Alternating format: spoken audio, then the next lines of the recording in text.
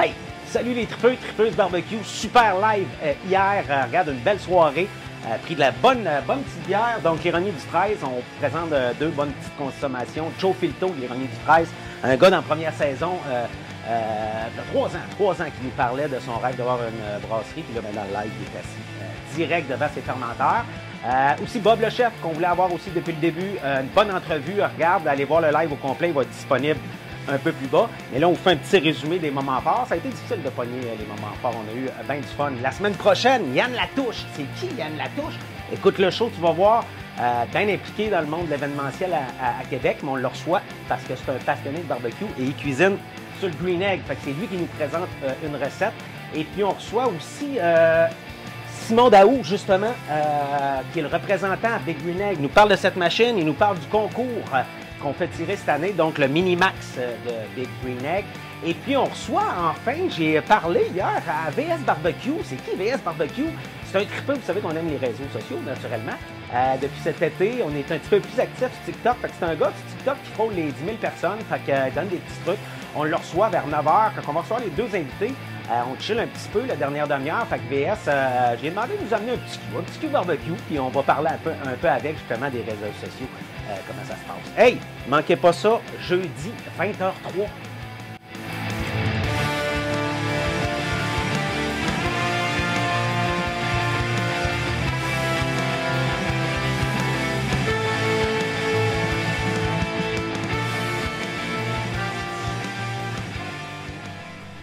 Nous recevons tout d'abord Joe Filto de l'ironie du 13.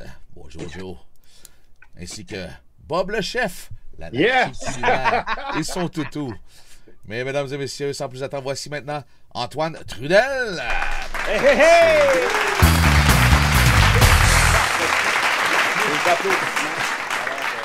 Comment ça va, Marco, en forme? Ça va pas pire, Antoine, ça va bien, mon homme. Bon show, Marco! Bon show.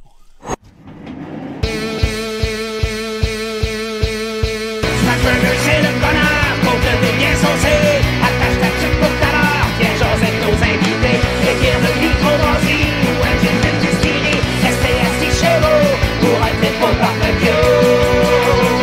Pour un trip au barbecue. Pour un trip au barbecue.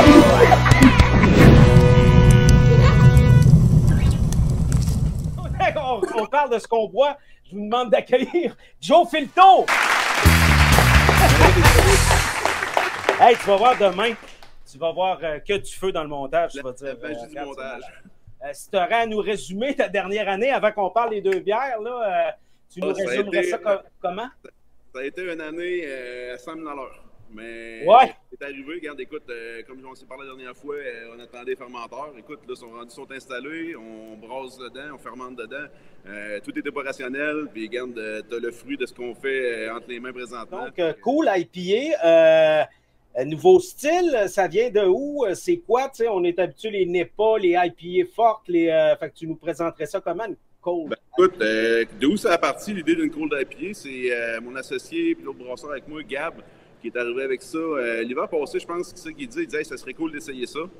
Puis, il veut pas, là, on s'est majoré de ça. Puis, on l'a proposé au gars du Noctem, justement, savoir si ça les intéressait. Puis, dans le fond, ça se trouve être une bière un peu. C'est sûr, c'est une IPA, c'est houblonné, mais c'est fermenté avec une levure de lager. Puis, fermenté un petit peu plus à chaud. Fait que ce que ça permet de faire, c'est que ça fait une bière un peu plus sec. Quand même, avec un bon goût en bouche, une bonne présence, mais vraiment sur une finale sèche, là. Mais quand même houblonné, là. Tu sens bien l'houblon en fin. Ça vient pas, c'est pas, comme je dis, ça fait pas de oak bite comme mettons New England, quelque chose de même. C'est vraiment, là, ça se boit un petit peu mieux, justement, qu'une NEPA, mettons. C'est traite un peu parce qu'elle est 6 %, mais elle goûte pas 6 Hey, il y en a une qui m'a fait triper quand j'ai vu ça sortir, ça m'a fessé. Juste le signe du Québec brun, on le reconnaît. C'est là, le Troutière. Tu sais, moi, venant de Matane, mes parents étaient de la Tuque. Donc, je pense quand on faisait Matane, la Tuque, quand j'étais jeune, c'était 12 heures. Fait que les halles Troutières brunes. Fait que quand j'ai vu ça, c'était comme ça fesse une rousse. Parle-nous donc de ça, cette bière-là. Ça, c'est une bière rousse. C'est monté plus du style allemand. Nous autres, on la fermente avec la même levure qu'on fait notre coach. C'est quand même un bon... c'est quand même une petite bière de soif quand même, parce que comme je te dis, elle n'est pas trop lourde. Ça goûte le pain grillé avec un petit rituel caramel en arrière. Puis non, moi, c'est comme je disais, comme on s'est jasé après-midi, c'est vraiment une des surprises que j'ai eues ici. Autant que j'ai trippé ces bières houblonnées les dernières années, que quand j'ai commencé à brasser, c'était plus dans ces styles-là que je brassais. Ça, yes! Merci, Joe. Bonne fin de soirée. C'est important. Oui. Alors, on accueille, ça fait longtemps qu'on veut y parler. Je vous demande d'accueillir tout le monde. Marco, en plein feu, applaudissements. Oui. Bob le chef, qu'on accueille au show. Hey! Bob, ça va? Les gars. Yes! On entend super bien. On est content de t'entendre. Hey, Bob, merci. Une voix qui porte. On a commencé sur le web. Il n'y avait aucun contenu gratuit québécois vidéo sur le web quand on a commencé. En fait, il y avait un gars qui faisait du contenu gratuit qui s'appelait Bruno B. Les gars de notre âge, on sait c'est qui Bruno B. Peut-être les nouvelles... Googlerez ça après l'émission, OK, ceux qui ont plus que 18 ans. D'ailleurs, c'est drôle parce que Bruno B et moi, vu qu'on était les deux seuls qui faisaient du contenu web, vidéo à l'époque gratuit, on est comme devenus chums au travail. Toute cette aventure, c'est très cocasse. D'ailleurs, si jamais vous croisez Bruno B dans un party, restez à côté de ce gars-là, parce que lui, il a des histoires à coucher dehors, pour vrai. Mais ça a vraiment commencé comme ça, un projet web pour le fun. Vraiment, là, on n'avait aucune attente. Moi, j'étais un ancien skater, fait qu'on avait de l'équipement audio-vidéo. On faisait des films de planche à roulettes. Puis là, nos carrés de planche à roulettes étaient pas mal terminés. Fait qu'on avait tout ce stock-là. Puis on s'est dit, ben, pourquoi pas la femme à mon chum, qui sont encore mes partners aujourd'hui dans l'aventure de l'anarchie culinaire, ils ont dit, pourquoi qu'on filme pas Bob en train de faire de la bouffe? Il a une grande gueule, puis j'étais cuisinier déjà, ça faisait déjà 7-8 ans que j'étais diplômé de l'ITHQ. Fait qu'on a combiné tout ça ensemble, puis ça a donné l'anarchie culinaire. Si tu nous parlais de ta recette, puis Marco, je ne t'ai pas envoyé le lien, mais je vais te l'envoyer sur mon petit téléphone pendant ce temps-là. Ouais, on voit tous les ingrédients. Je me suis énervé un petit peu. Excellent. Je t'ai envoyé quelques photos avant qu'on se plug le lien. Je venais de les prendre. Parce que toi, tu as utilisé, moi, j'utilise des côtelettes d'agneau comme des côtelettes de porc, là, des petites pork chops. Puis moi, je veux que toi, tu as utilisé le carré d'agneau, qui est quand même une de mes pièces préférées. Fait que j'espérais là, que tu aies eu une bonne cuisson avec tout ça. Ben, ce que j'ai fait, là, c'est que je voulais qu'il soit fumé, mais je voulais pas passer frit. Fait que j'ai à froid, il fait froid dans le garage, là, j'ai mis de la granule, j'ai juste mis un petit peu de charbon dans le bas du green egg. Il n'a jamais monté en température pendant 1 heure, 1 heure et demie.